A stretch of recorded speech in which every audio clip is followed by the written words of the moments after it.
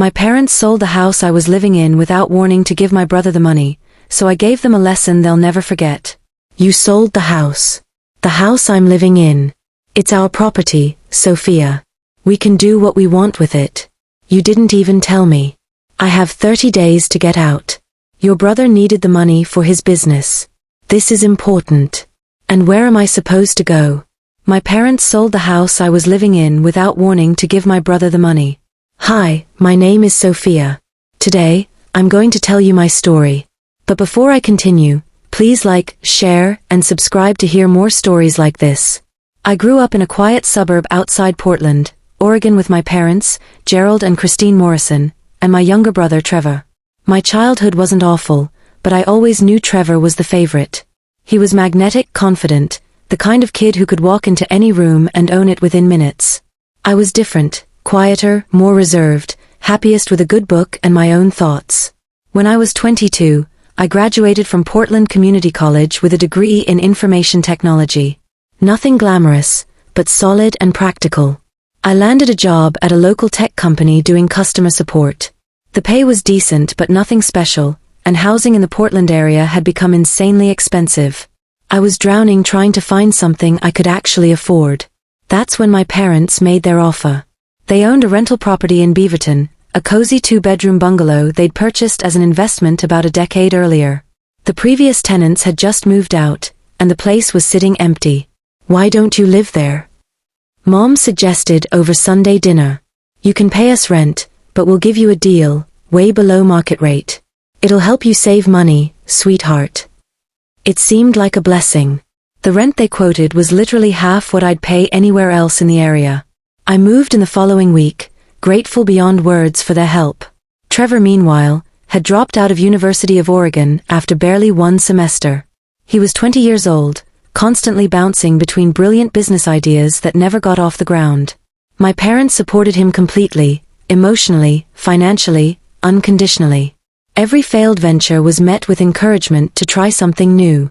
Trevor is an entrepreneur, Dad would say proudly, his chest puffing out. He's going to do something extraordinary one day. Mark my words. I lived in that house for 3 years. I paid rent on time every single month, never once late.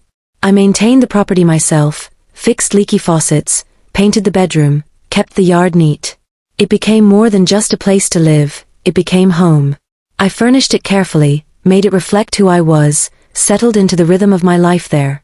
My girlfriend, Megan Walsh, moved in after we'd been dating for about a year. She taught 4th grade at Westbrook Elementary, and together our combined income made life comfortable. We talked about engagement rings, about our future together, about maybe getting a dog. Then one Wednesday afternoon in October, I came home from work to find a for sale sign planted in the front yard. I stood on the sidewalk staring at it, my stomach dropping. There had to be some mistake. I called my mom before I even made it to the front door, my hands shaking as I dialed. Mom, there's a for sale sign in front of the house. Oh yes. Her voice was casual, like she was commenting on the weather. We're selling it. My blood turned to ice. What do you mean you're selling it? I live here. We know, honey, but we need the money for something important. When were you going to tell me? We're telling you now. The house closes in 30 days. 30 days. My voice cracked. Mom, you can't be serious. It's our house, Sophia. We can sell it whenever we want. But I live here. You can't just sell the house I'm living in without any warning. You're renting, sweetie. Renters don't have the same rights as owners. You know that. I'm not just a renter, I'm your daughter. Don't be so dramatic. You'll find another place. I hung up and immediately drove to their house in Lake Oswego. Dad was in the garage tinkering with his Mustang. Mom was in the kitchen chopping vegetables for dinner, acting like nothing was wrong. You sold the house? I said, my voice shaking with anger and disbelief. The house I'm living in? It's our property, Sophia, Mom said without even looking up from her cutting board. We can do what we want with it. You didn't even tell me. I have 30 days to get out. Dad walked in from the garage, wiping motor oil from his hands. We're telling you now. That's sufficient notice legally. Sufficient notice? I felt like I was going to scream. I've lived there for 3 years. You couldn't have given me a heads up that you were planning to sell. It happened quickly, Mom said, finally meeting my eyes. We got a good offer and took it. Why do you need to sell? What's so urgent that you couldn't even warn me first?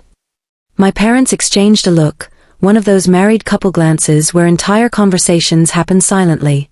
Dad spoke. Your brother needed the money for his business. This is important, Sophia. Everything clicked into place like a lock turning. You're selling my home to give Trevor money for another one of his schemes? It's not a scheme, Mom said defensively, her knife pausing mid-chop. He's starting a social media management company. He's got real clients lined up this time. Corporate clients. He's had real clients lined up for every business he's tried to start. None of them ever work out. This time is different. And where am I supposed to go? You'll find something, Dad said dismissively. You're resourceful. 30 days is plenty of time. Do you have any idea how hard it is to find a place that quickly? I asked, my voice rising. You're being dramatic, Dad said. People find apartments all the time. This isn't just an apartment to me. This is my home. Megan and I have built a life here. Mom's expression hardened, her lips pressing into a thin line. If you and Megan want your own place so badly, maybe you should buy something instead of renting from us. With what money? I've been paying you rent for 3 years at below market rate, which means I haven't been able to save much. You said you were helping me save money, but really you were just making money off me while keeping me dependent on you. That's not true, Dad said sharply. We gave you a good deal. A good deal that you're now taking away with zero notice to fund Trevor's latest fantasy. Don't talk about your brother that way. I left before I said something I couldn't take back. Megan was devastated when I told her that evening. We sat on our couch, the couch we'd picked out together at a flea market, refinished ourselves, and she cried. They're really forcing us out for Trevor, she asked. His social media company is more important than us having a place to live? Apparently. What are we going to do? Find somewhere else, I guess. We don't have a choice. We spent every evening for the next 2 weeks searching for apartments. Everything in our price range was either the size of a shoebox, in terrible condition, or already rented. The few decent options had waiting lists that stretched months into the future. Megan suggested we look at places further out, maybe Gresham or even Vancouver, Washington, but that would mean brutal commutes for both of us. Gas prices would eat up any savings on rent. We could try to buy something, I said one night, scrolling through Zillow until my eyes burned. We don't have enough for a down payment. We could ask my parents to give us some money from the sale. They're giving Trevor money. Why not us? Megan looked skeptical, but she nodded slowly. I guess it's worth asking. I called Dad the next day during my lunch break. Since you're selling the house, would you consider giving Megan and me some of the proceeds for a down payment? We're trying to buy a place of our own. We can't do that, Sophia. Why not? We've already committed the money to Trevor. All of it. The entire sale price? He needs capital to start his business properly. Equipment, marketing software, office space downtown. It's expensive to launch a company the right way. How much is he getting? That's between us and him. Dad, I'm being forced out of my home with almost no notice. The least you could do is help me find a new one. You're an adult, Sophia. You need to figure this out yourself. But Trevor doesn't. He's an adult too, and you're handing him money for his 5th failed business idea. Trevor is trying to build something. You have a stable job. You don't need help. I'm about to be homeless because you sold my house. It was never your house. You were just living there. That hurt more than anything else he'd said. With 2 weeks left before we had to vacate, we finally found something, a cramped 1-bedroom apartment in a sketchy part of Gresham. The neighborhood made me nervous, but it was the best we could manage on such short notice. We signed the lease the same day to secure it before someone else grabbed it. Moving out was one of the most painful experiences of my life. Every box I packed felt like another piece of evidence that I didn't matter to my parents, that I'd never mattered as much as Trevor. Megan cried while packing her things from the bedroom. I loved this place, she said, wrapping her favorite lamp in newspaper. I thought we'd get engaged here. Maybe get married and start our life here properly. I know. Me too. The day before we moved out, Trevor showed up unannounced. I heard his Honda Civic pull up and groaned. "Hey Soph," he called out, walking in like he owned the place. "Just wanted to see the place one more time." "What are you talking about?" I asked coldly. "Mom and Dad said I could come by, see what you'd done with the space. I might use some of your furniture arrangement ideas for my new office downtown." I stared at him, unable to believe what I was hearing. "Your office?" "Yeah. Part of the money from the sale is going toward renting office space in the Pearl District. Pretty cool, right? It's got exposed brick and everything. You have no idea what you took from me, do you?" Trevor looked genuinely confused. "What do you mean?" "Mom and Dad sold my home to fund your business. Do you understand that? I'm being forced out so you can have money for another venture that's probably going to fail like all the others." "Dude, that's harsh. This is different. I've really got it figured out this time." "That's what you said about the dropshipping business. And the cryptocurrency thing. And the artisanal coffee subscription. And the app idea. Should I keep going? Those didn't work out, but I learned from them. And I'm paying the price for your education. Literally, my home for your latest experiment. It's not like that." "It's exactly like that.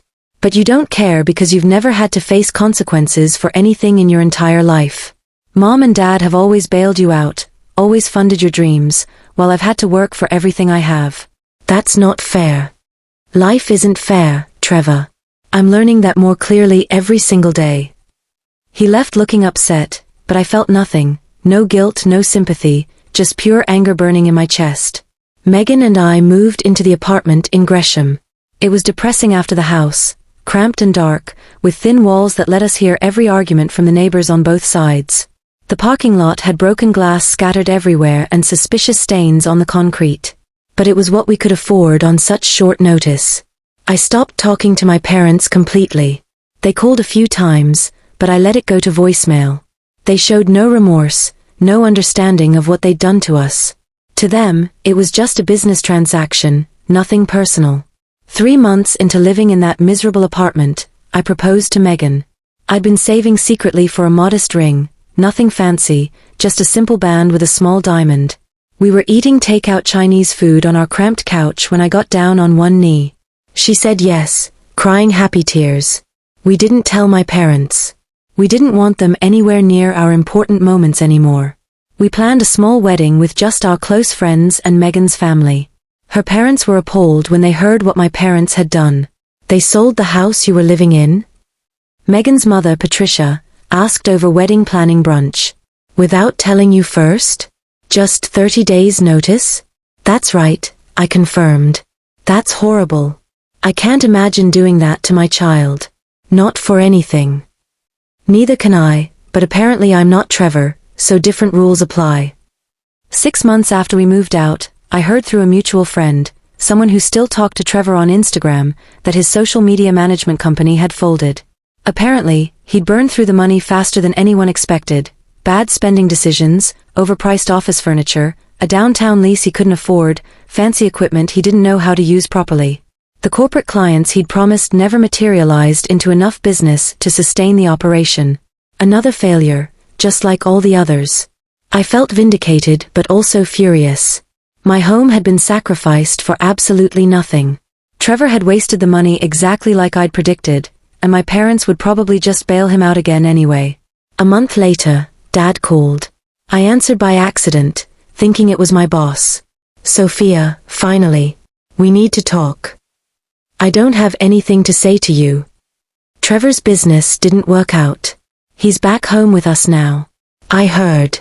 Not surprised. He's trying to figure out his next move, and your mother and I were hoping you might have some advice for him. You've been so successful with your career." I actually laughed, a bitter sound that surprised even me. "You want me to help Trevor after what you did?" "What we did was help your brother pursue his dreams. What you did was sell my home out from under me with almost no warning to fund another one of his failures. And now that it's failed spectacularly, you want me to help him figure out what's next." "He's your brother. And I'm your daughter. But that didn't seem to matter when you were choosing between his business fantasy and my basic need for shelter. You're being petty. I'm being realistic. You chose Trevor over me. You made that abundantly clear. So Trevor is your problem now, not mine. We're family, Dad said, his voice taking on that guilt-trip tone I knew so well. Family helps each other. Family doesn't sell each other's homes without warning. Family doesn't prioritize one child's dreams over another child's basic need for a place to live. You taught me what family really means, Dad, and it's not what you're describing. I hung up. Megan had been listening from the kitchen. Do you think you'll ever forgive them? I don't know. Maybe if they actually acknowledged what they did wrong, but they won't. They still think they did the right thing. That's really sad. It is, but it's not my problem anymore. We settled into our life in that cramped apartment, making the best of a bad situation. It wasn't ideal, not even close, but we made it work. We saved money aggressively, every spare dollar going into our savings account, determined to buy our own place where no one could force us out ever again. A year after the house sale, we'd scraped together enough for a down payment on a small starter home in Milwaukee. Nothing fancy, it was barely 900 square feet, but it was ours. The mortgage was higher than we wanted, stretching our budget uncomfortably, but it was worth it for the security and independence. The day we closed on the house, I felt a massive weight lift from my shoulders. No landlord, no parents, no one who could take it away. Just Megan and me and our future together. We didn't invite my parents to the housewarming party. We celebrated with Megan's family and our friends, people who'd actually supported us through the nightmare. Through Megan's cousin, who was still friends with Trevor on social media, we heard that he'd started yet another business, some kind of business coaching and consulting thing. My parents were apparently funding it again, though with less money this time since they'd blown so much on the social media disaster. They never learn, Megan said, scrolling through the photos Trevor had posted of his new office, which looked suspiciously like our parents' basement. Neither does he. And they enable him constantly. Do you think they regret selling the house now? If they do, they'll never admit it. That would require self-awareness they don't possess. 2 years after the house sale, Mom showed up at our door unannounced on a Saturday morning. I saw her through the window and seriously considered pretending we weren't home, but curiosity won out. What do you want, Mom? To see your home. To talk. Can I come in? Against my better judgment, I let her inside. She looked around our small house, taking in the modest but comfortable space we'd created through hard work and sacrifice. This is nice, she said softly. Really nice, Sophia. We worked hard for it. I can tell. She paused, fidgeting with her purse strap. Your father and I have been talking. We realize we may have handled things poorly with the house situation. May have? We should have given you more warning. It was inconsiderate. Inconsiderate. I felt anger rising again. Mom, you sold my home out from under me with 30 days' notice to give Trevor money for a business that failed within 6 months. That's not inconsiderate. That's cruel. We were trying to help your brother. At my expense. That's the part you keep missing. You helped him by hurting me. We didn't see it that way at the time. Of course you didn't. Because you've never valued me the way you value Trevor. He's the golden child who can do no wrong, even when he fails repeatedly. I'm just the responsible one who's supposed to figure things out on my own. Mom looked genuinely uncomfortable, shifting her weight from foot to foot. That's not true, Sophia. Then why did you prioritize his wants over my needs? Why was his dream business more important than my home? Explain it to me, because I genuinely don't understand. She had no answer, just stood there in our living room looking lost. I think you should leave, I said quietly. Sophia, can't we move past this? Find a way forward. Move past it? Mom, you haven't even properly apologized. You said you may have handled things poorly. That's not an apology. That's a deflection, and you know it. I don't know what you want me to say. I want you to acknowledge that what you did was wrong. That you valued Trevor more than me. That you hurt me deeply and didn't care enough to stop and think about what you were doing. But you won't say that because it's true and you know it, and admitting it would mean facing what kind of parents you've actually been. Mom's eyes filled with tears. We do care about you. You have a terrible way of showing it. She left without another word. I watched her drive away in her Lexus and felt nothing but exhaustion. Megan came home from running errands and I told her what happened. Do you think she'll ever really understand? Megan asked. No. She'll always see herself as the victim in this story. The mother whose ungrateful daughter won't forgive her for a simple mistake. That's how she'll frame it to everyone. It wasn't a simple mistake. I know that. You know that. But that's how she'll tell it to make herself feel better. 3 years after the house sale, Trevor got married. I found out through social media. We weren't invited, which was perfectly fine. I wouldn't have gone anyway. My parents paid for the entire wedding, according to posts from extended family members. A lavish affair at a vineyard in Willamette Valley with over 200 guests, an open bar, a live band. They must have spent at least $50,000, maybe more. Meanwhile, when Megan and I got married, they didn't contribute a single penny. We paid for our own modest ceremony at a small venue in Portland. The disparity couldn't be any clearer. They'll never change, Megan said, looking at the wedding photos online.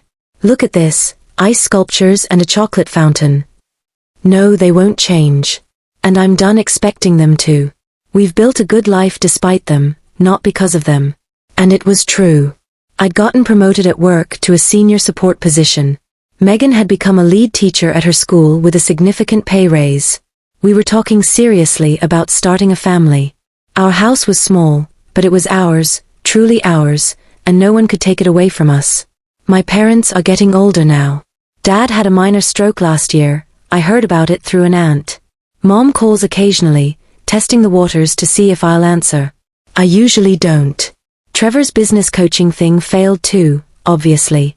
Apparently he's working on something new now, some kind of podcast about entrepreneurship, which is almost funny given his track record. My parents are probably still funding him, still believing that the next idea will be the magical one that finally succeeds. They sacrificed my home for his dreams and lost both their money and their relationship with me in the process. That's the real cost of their favoritism, and they'll never fully understand it. Sometimes I wonder if things could have been different. If they'd just given me real warning about the sale. If they'd offered to help me find a new place. If they'd split the money between Trevor and me. But they didn't, and wondering doesn't change anything. I learned something crucial from all of this. Blood doesn't automatically make you family. Actions do. Love isn't what you say, it's what you do, especially when it's difficult or inconvenient.